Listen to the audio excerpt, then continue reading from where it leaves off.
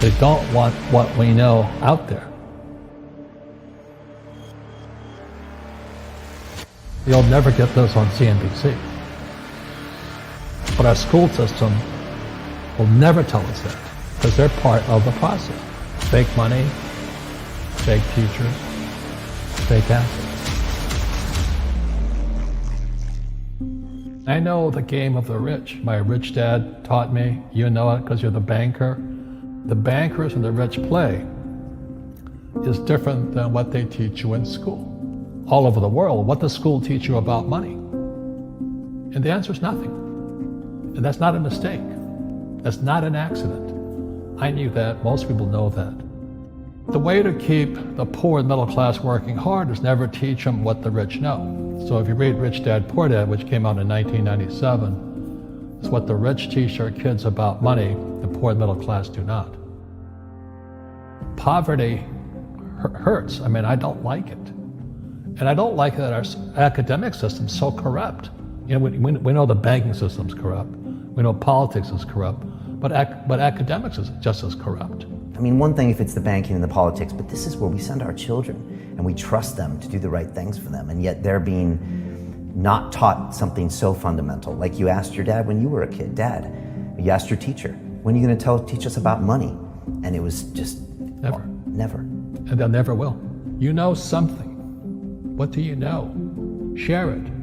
What is financial education? It's not get a job, work hard, save money, and invest in a well-diversified portfolio of stocks, bonds, mutual funds, and ETFs. The financial industry is two things, debt and taxes. In 1971, Nixon took the dollar off the gold standard, and the US dollar became debt.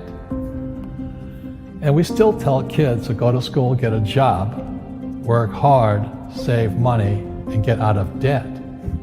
Now, who tells them to do that? That's the most ridiculous thing there is. The book starts and it says, lie number 1, saving money will make you rich. Yeah, it never will. You know that. All taught that as kids. Why would you save it and why would you work for it if they can print it faster than you can work for it? Why do you keep saving when they're printing it? The rich don't work for money. Don't you touch that stuff. It's very subtle, right? Yep. They don't say, I'm going to train you to be a worker bee the rest of your life, but they educate you in a way where that's what you come out. Right. What was he trying to do those first few months were you working for him? What was he trying to get across to you? Because he taught you the hard way about money. And she says, if you're going to be successful in your life, you've got to find the best teachers. And a great teacher is somebody who comes from the inside, not the outside. But in school, you don't know if your instructor is for real or not. That's where the fake teacher comes from. I said, I want you to teach me about money. So why should I teach you? He said, but if I teach you, you work for me for free. And I said, why for free? And my poor dad went nuts. He says, because if I pay you, you think like an employee. Your brain will change. If you learn never to work for money, you'll be a rich man. And this is powerful. Once you give someone a paycheck, their brain turns off. Correct. Because it's... And then the promise of a pension. Right. And job security. Which is kind of a paycheck in disguise. Correct. After you stop working. Give the man a fish, eats for the day, teach him to fish, eats for a lifetime. And most poor people confuse assets for liabilities. They think their home is an asset, it's actually a liability. Right. An asset is a noun, like a house. Cash flow is a verb. So to understand if it's an asset or liability, it takes a noun plus verb. So if the cash is flowing out of your pocket, it's a liability. If the cash is flowing into your pocket, asset, verb, it's an asset. So I own 7,000 rental properties. Those are assets. Every month, the cash flows in. Whereas many people have the big house on the hill and the cash is flowing out. Right. And they're going broke. Right, it's like a frame of mind. The other thing the poor don't understand is the number one expense for most people is taxes. And yet we don't even see it. Isn't that weird? You walk around and you look at the paycheck and say, that doesn't seem right, and you don't realize that the government's got a huge hand in your pocket and you are doing nothing to minimize that. Again, this is what's very different about the rich and the poor. The rich don't work for money. His number one expense is tax. See, there's three kinds of income: earned, portfolio, passive.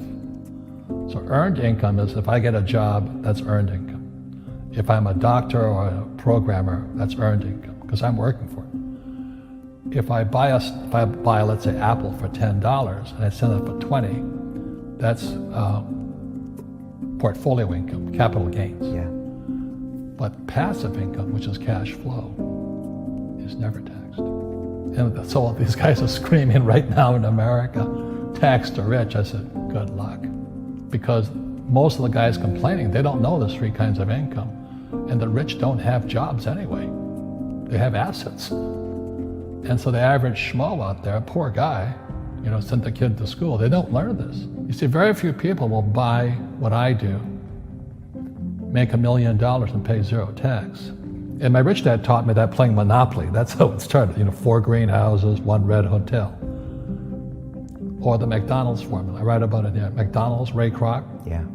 McDonald's is in the real estate business. So they sell hamburgers, but they buy real estate, so they pay no taxes. This guy Bezos, he's $16 billion. How much tax did they pay on that $16 billion? Zero. And that's all legal. Anyone can do it. Everybody can do it. But most people lack the education.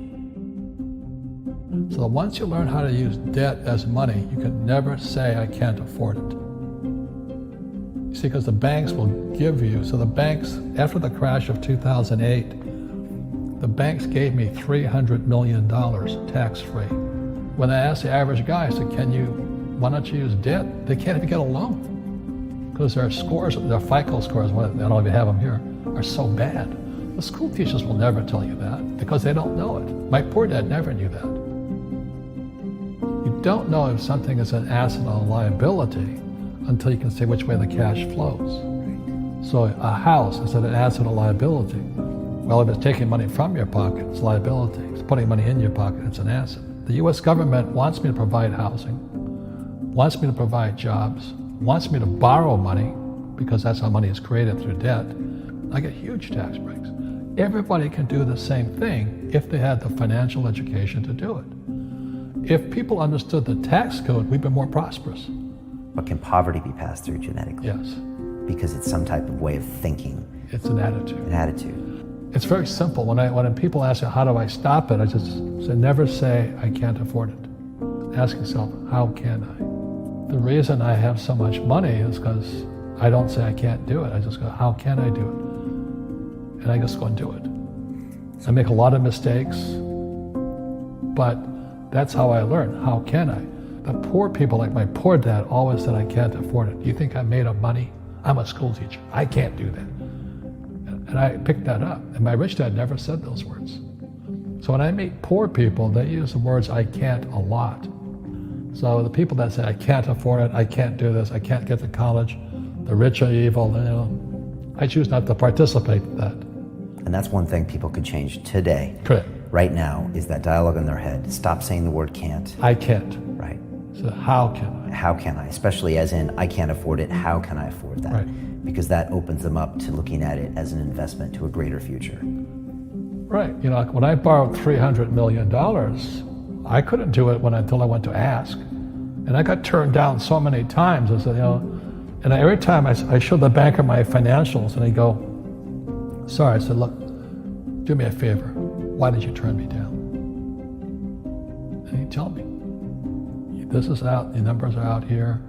So if I get these numbers fixed, can I come see you again? He goes, sure. So it's called rejection. Same as my wife rejected me for 6 months. It's just a matter of personal willpower, which is spiritual. Just saying, if they can do it, I can do it. And how can I? How can I? And I think it's you once said, words become flesh. Yep. That was the Bible too. Intelligence increases through your mistakes, through the ups and downs, through what you learned. Real estate's real estate, but what I learned made me richer, not the money.